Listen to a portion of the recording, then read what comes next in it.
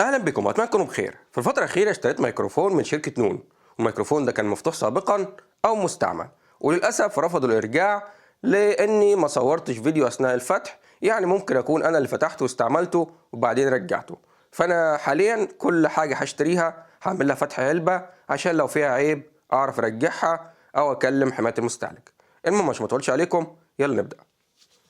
ده تابلت من شركة لينوفو، هي يعني كرتونة طويلة خالص، فالمنتج في الشحن بيروح ويجي، فأنا مستغربها يعني.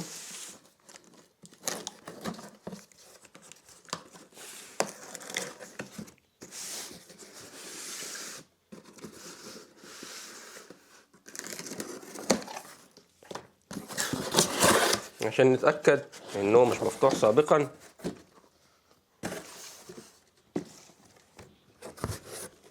مفهوش أي مشاكل. ده شكله. نوطي الإضاءة شوية.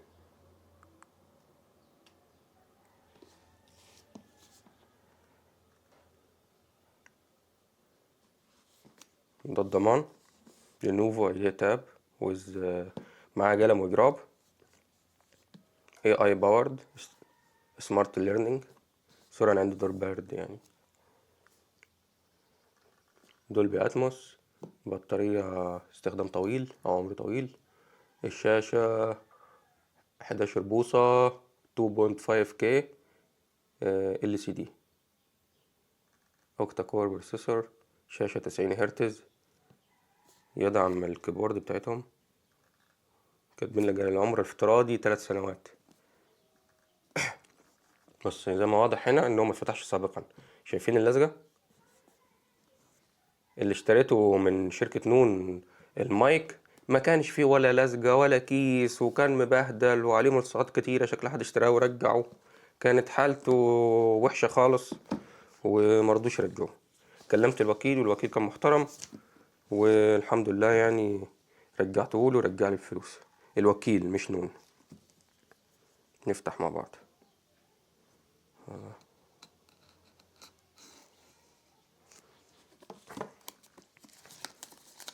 انا كده يعني ايه اطمنت يعني، حتى الفيديو ده لو ما نزلش مفيش مشاكل.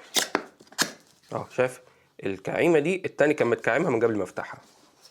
ان لما تيجي تفتح حاجه زي دي بتجد مثلا في حاجات بتحصل لو مفتوح سابقا. يا حبيبي اطلع.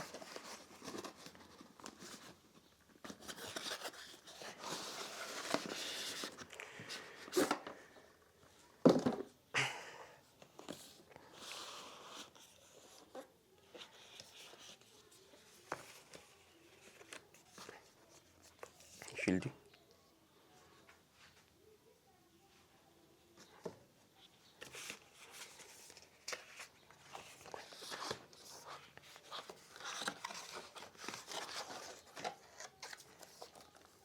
الجراب اهو. يعني انا مثلا برضو شايف هلاقي مثلا محطوط في كيس. لما اشتريت المايك الكياس كلها مش قاعده، والكياس زي دي اللي هي بتتلسك مره كده وتتفك مش بتلسك تاني. فاللي هو اللي اشتراه ورجعه ما حطش الكيس تاني. انت هتجد الفيديو انا عامله بتاع المايك، عامله ايه، عامله شورتس وعامله ريل وفيديو تيك توك. مش فيديو مطول يعني، اللي هو حاجه صغيره يعني.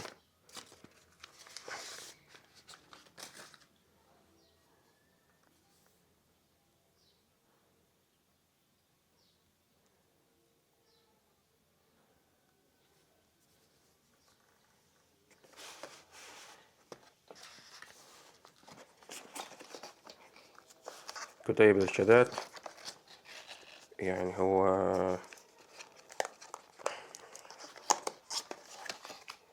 الابره، بس يعني هصدمكم الابره وهو اصلا ما بيركبلوش شريحه دي، بس عشان المركب الكارت الميموري. وده القلم ومعاه سنين اضافي ومعاه عليه سيريال. الحاجات دي توضح لك ان المنتج مفتوح مش مفتوح قصدي. لما انت تشتري حاجه مثلا وتلاقي الكيس ده ما جاعدش وده مش في كيسه، ومن بره الملصقات اللي زي دي مثلا، شايف انا اول مره افتحها، فتعرف كده ان المنتج ايه، جديد مش مستعمل. انا لما اشتريت من نون كانت الحاجات دي كلها ايه، مش موجودة، فلما رجعته ما اقتنعش كدبني، لاني مش مصور فيديو. حتى معرفتش ابلغ حماية المستهلك لما كلموني، قالوا لي لو حضرتك مصور فيديو ماشي، لكن لو مش مصور ما عندكش حاجة تثبت. واتحفظت المشكلة، ولكن الوكيل كان محترم بصراحة ورجعهولي يعني.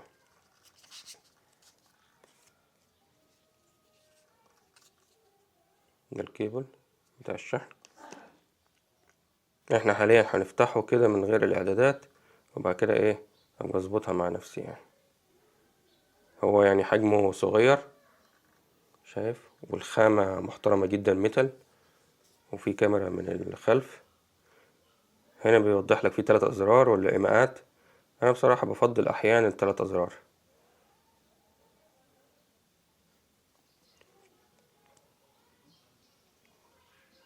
أهو جميل جدا. طبعا هستعمله فترة وبعد كده ايه اوضح لكم يعني تجربتي الكاملة. لو حد ايه عايز يسألني في التعليقات. في 4 سماعات، 1 2 3 4 بخاصية الدولبي اتموس يعني صوت نقي. وهنا تايب سي. وده البيت بتاع كارت الميموري، بيدعم لحد 2 تيرة بس مفهوش خط، يعني مش بيدعم الاتصال. وده الميكروفون تعلي وتوطي، وزرار. وهنا المدخل 3.5 بتاع السماعة. وزرار الباور فين راح؟ زرار الباور. ودي الحتة الخاصة بالكيبورد لو حابب تشتري كيبورد مستقبلا. ودي التصميم من الخلف. كاميرا خلفية 8 ميجا بكسل والأمامية 5 ميجا بكسل. دي محتويات العلبة طبعا مع الشاحن والكيبل والإبرة والقلم، وطبعا الجراب طبعا خامته محترمة. ممكن نفتحه كده كده ايه يعني، مش هنرجع المنتج.